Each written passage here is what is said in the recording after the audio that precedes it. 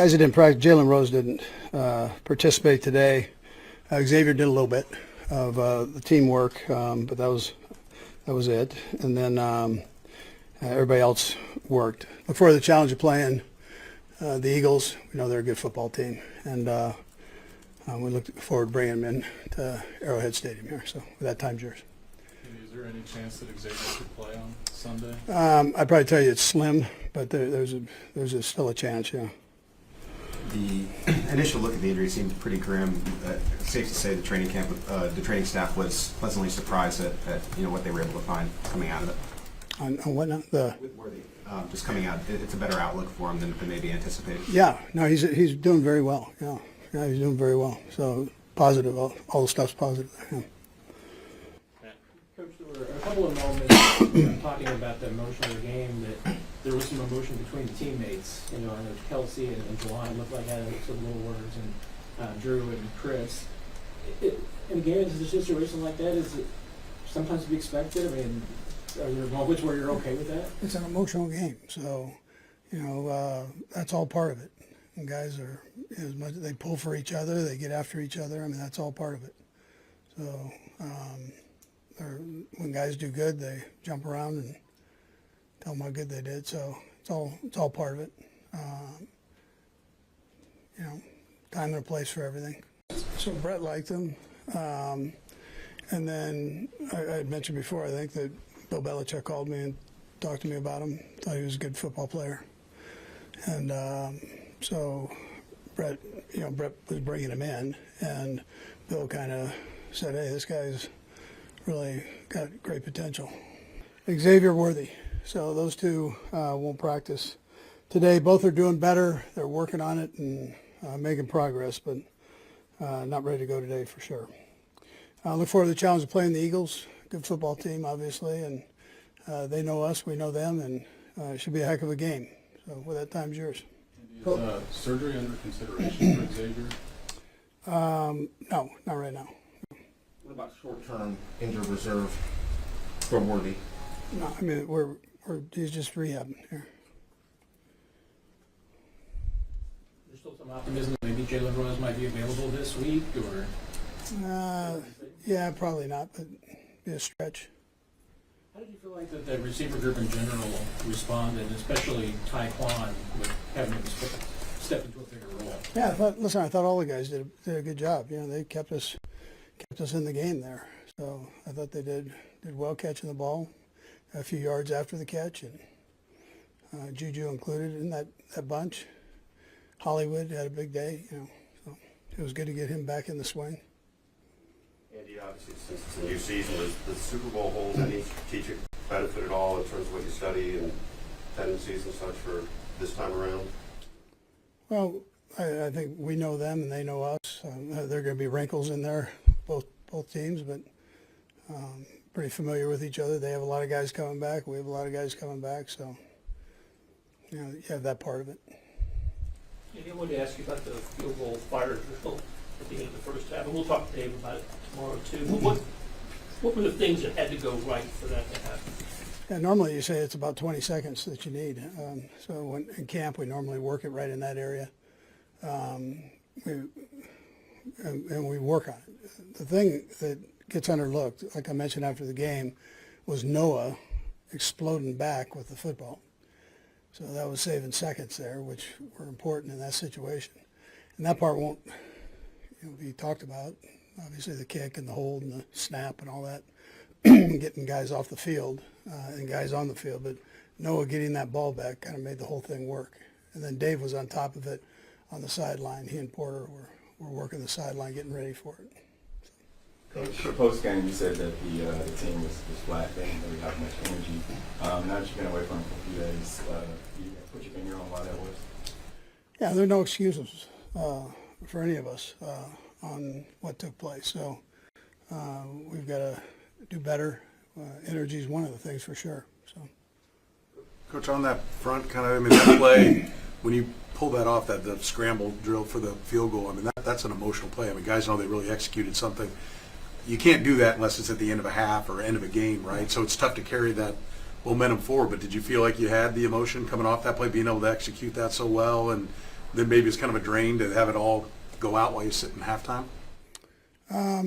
No, I didn't think we lost that part. No, it was emotional. I mean, that's an exciting thing to do in this game, to be able to pull one of those off, especially when it's less than what you think you can get done with, but or at least in that danger zone there of not getting it off. But no, halftime, no, we just need to play better. And given the circumstances of the first quarter, is it tough to evaluate your guys' running game at this point? I mean, only 10 carries for, Checo and Hunt. Is there something that you maybe saw that you want to sort of expand on this upcoming week? Not right here, no. But what I mean is it difficult? We need to do better in that starting off. Last year, what do you remember that you and Brett liked in Taekwon to originally bring him here, and just how do you feel like he's been ready for this moment of getting elevated since? So Brett liked him. And then I had mentioned before, I think that Bill Belichick called me and talked to me about him, thought he was a good football player.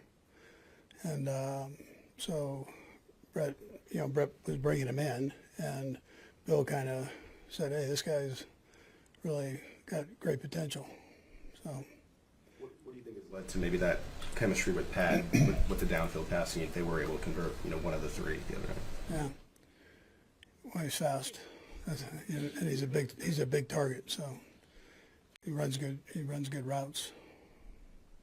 We'll go across the room. Go ahead, Todd. As you went back and watched the left side of the offensive line, the young guys especially, what did you like or not like about what you saw Friday night? Yeah, so I like the effort they put in, and there were more good plays than there were bad plays, and some great things to learn from. And some things that they did, I thought, very well. So it was progress, and they'll keep growing as we go on here. Coach, there were a couple of moments talking about the emotion of the game that there was some emotion between the teammates. I know Kelce and Juwan looked like had some little words, and Drew and Chris. In a game, is a situation like that, is it sometimes to be expected? I mean, are there moments where you're okay with that? It's an emotional game, so that's all part of it. And guys are as much they pull for each other, they get after each other. I mean, that's all part of it. So when guys do good, they jump around and tell them how good they did. So it's all part of it. Time and a place for everything. Sorry. Coach, is there one side of the ball when you play that first game? I know you have a history. Jim Harbaugh's not his first game. You all his coaching staff, you have a history there. But everybody's trying to reinvent themselves in an off season. Does one side of the ball have an advantage in that opening game when there's not current this year tape? Is it easier to? Seems like it's normally the defensive side, but as you look at this past weekend, with all the teams, it looked like it was more the offensive side throughout the league. Normally it's the other way around, but this year, yeah. We'll go last couple, Nick and then Sam. Go ahead, Nick. Andy, with Xavier going down like that, I know it's next man up, but whenever you're in that situation, how much adjustment happens that we don't realize from a play calling perspective? Yeah, it's just making sure guys are in the right positions. We're lucky that's a pretty smart group that stepped in there. So Brett's done a good job of bringing guys in that we feel comfortable playing with, most of all that the quarterback feels comfortable with. So it's been a plus. And then they work all the situations and the substitutions all the time. They do it during training camp. Everybody gets a chance to play during training camp. That's in that first group, per se. So I thought they handled that well. We have a lot of different formations we run. Maybe this is too steam related, but a lot of quick throws in that game. I wonder if that was the intention going in, or just the way things worked out based on what you guys were seeing. Yeah, some of both, probably. I tell you, it was. I thought that we had an opportunity there. At the same time, we had a couple shots in there too. So, but the way it played out, there were some opportunities there. Yeah. It's been over 200 days since that Super Bowl gut punch, but here we are. Chiefs versus Eagles, round 2 is almost here. Only this time, it's at Arrowhead. And if we're keeping it real, it's not just another Week 2 game. Now, it all reliably comes down to inches and execution. The all-time series, dead even at 6-6. Super Bowls. Also split with Kelce edging Philly 38-35 back in 2023 and then taking that tough 40-22 loss in February. So yes, this one's about bragging rights as much as it's about standings. Patrick Mahomes versus the Eagles, he's been good, not godlike. 2 games, 455 yards, 7 TDs, and a passer rating of over 103.